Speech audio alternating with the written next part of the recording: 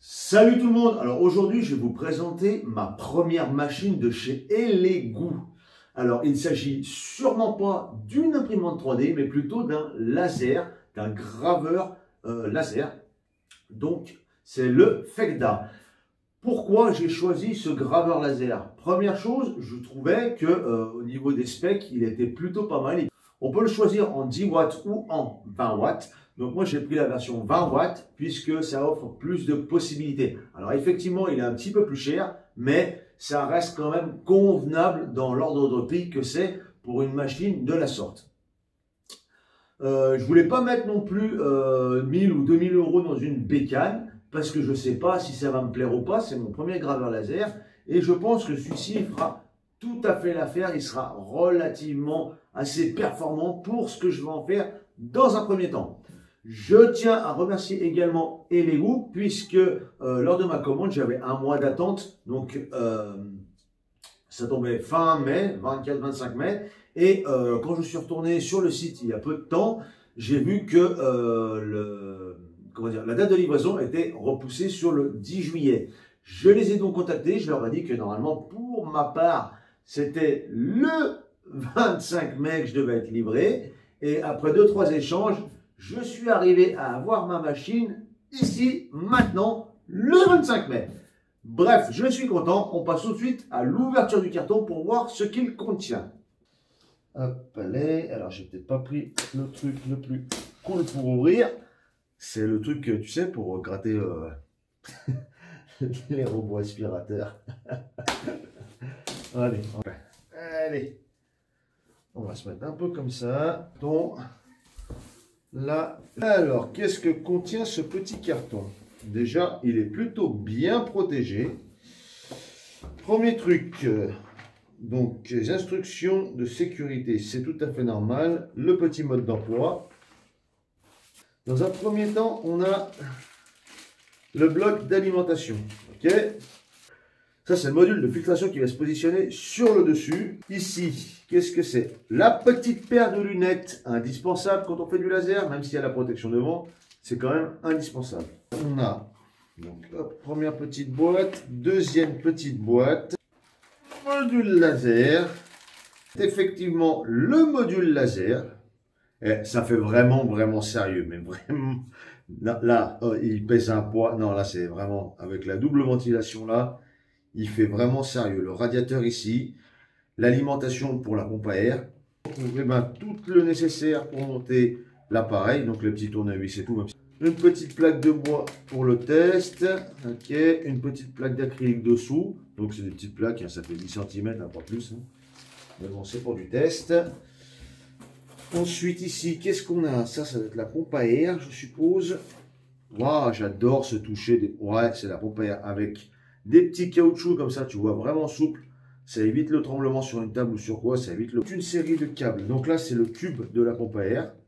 Le fil de liaison pour raccorder ton laser à ton ordinateur. On arrive sur une bonne pièce satisfaisante. La première qui va arriver en façade, c'est la partie carte mère et TFT. Alors, qu'est-ce que c'est que ça? Ah, c'est une des parties des acryliques orange qui viennent protéger la tête pour qu'on puisse regarder la gravure se faire, même s'il faut porter des lunettes. Mais voilà. Ça va être la partie pour la tête. Et en plus, tout est déjà monté. Alors, je ne sais pas si c'est assez tendu. Je pense que si. Voilà. Deux côtés. Donc, le droite et gauche, je suppose, par là. Hop, les... Ah. Et enfin, hop, les... La dernière pièce où la courroie n'est vraiment pas tendue du tout. Et ensuite, j'ai pris à côté un petit bloc de cartes alu recouvert de noir aggravé et surtout le Rotary. Tu sais, c'est le truc que tu poses sous le graveur, que tu mets en route et sur lequel tu vas pouvoir faire imprimer des vases, des bols. Donc, on va monter la machine et on va passer ça en accéléré pour pas que ce soit trop long pour toi. Puisque normalement, il faut environ une demi-heure, 35-40 minutes, je sais pas, quelque chose comme ça. Mais si tu as l'habitude, je pense qu'en un quart d'heure, ça peut être bouclé. Donc c'est parti, on a tout ça et on y va.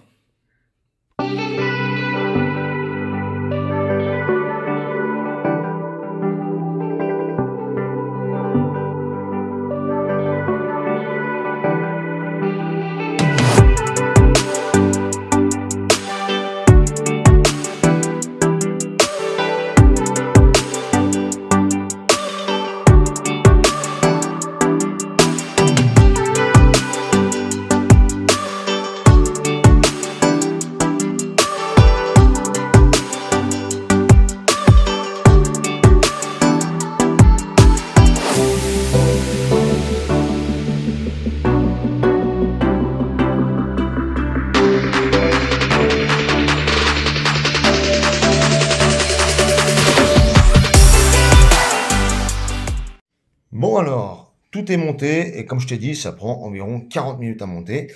Par contre, tu feras pas la même connerie que moi quand tu monteras l'axe Y, juste ici, là, hop, la tige qui vient jusqu'à là.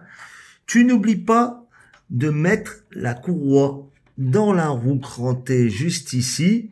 Et derrière, il y a simplement un roulement et la tige vient se prendre dans le roulement. Mais oublie pas de mettre ça, ça t'évitera de la redémonter pour la remonter. Voilà. Sinon, c'est plutôt simple.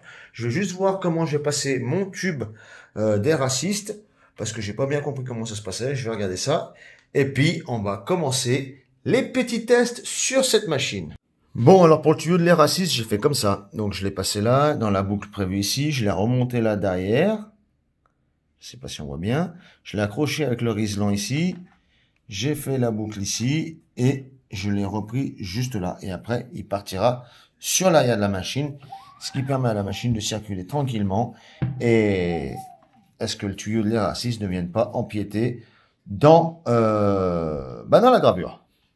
Alors, petit tip, si tu es perdu quand tu montes ta machine tout au départ, simplement, tu mets les parties noires, toutes du même côté, c'est-à-dire tout en bas, et ce qui va te permettre d'avoir le haut, puisque tu commences par le montage à l'envers, et ensuite, ces petits patchs, hop là, ces petits patchs-là viendront s'insérer comme ça avec le 3M, et on finira ça proprement. Bon, petit moment satisfaisant, hop, là, on enlève ça, oh oui, et on allume la machine la première fois. C'est parti. Bon, alors, Adjustment Control Carrying Tool. On va aller voir dans Tool. Donc, on va choisir un langage un peu plus approprié pour moi. Hop, français. Confirmer. L'écran tactile, il répond super bien. Franchement, c'est incroyable. Incroyable. Pourquoi ça m'a remis... Ah oui, ça se met par défaut sur EN. Ok, bon. Maintenant, on va passer sur l'ordinateur pour pouvoir le raccorder tout simplement au logiciel. Hop, laser GRLB. Bon, avant de le connecter à laser GRLB, j'ai téléchargé Elegoo Fekda sur le Play Store et on va venir synchroniser donc le laser au smartphone. Donc je ferai la même chose via comment ça s'appelle ma tablette. Si le logiciel est bien, on va faire comme ça. Ça sera beaucoup plus simple que de mettre une carte SD à chaque fois, hop, ou de le raccorder par câble. Donc, pour ce faire, tu vas sur l'écran du laser, tu vas sur Outils, Wi-Fi, et tu vas simplement relever l'adresse IP de la bécane. Donc, pour ma part, c'est 192.1.1. On connecte. Connexion failure. Pourquoi? Je ne sais pas. Il faut que je cherche le réseau MKS DCL. Le mot de passe, je ne sais pas du tout. On parle pas de mot de passe actuellement. Ah si, le mot de passe par défaut, c'est 1, 2, 3, 4, 5, 6, 7, 8. Se connecter. Oui, activer. Hop, boum. Premier test de gravure. Donc, j'ai gravé simplement un petit QR code sur une carte style, carte de crédit, carte de visite, voilà. Et bon, je l'ai mis par terre parce que c'est pas bien puissant, c'est simplement une petite gravure. Je suis passé directement par le logiciel mobile, puisque pour faire ce genre de truc, c'est très très simple avec le logiciel de chez Elegoo. Voilà, il n'y a pas besoin de trucs très très complexes. Et par contre, je sais pas si ça va être déformé ou pas, on verra bien. Et par contre, après je testerai également via l'ordinateur pour voir ce que ça donne. On va attendre que la gravure se termine et puis on va voir ça ensemble.